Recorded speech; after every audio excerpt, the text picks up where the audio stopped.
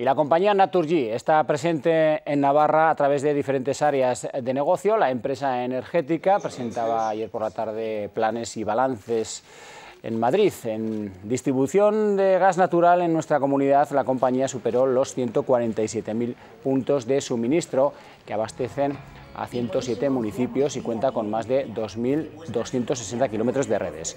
La distribuidora invirtió en 2018 casi 6,3 millones de euros. Además, Naturgy está construyendo 2 parques eólicos en Bidasoa y en Tirapú que podrían hacer su primer vertido a la red en julio. Los responsables de la compañía prevén un buen año.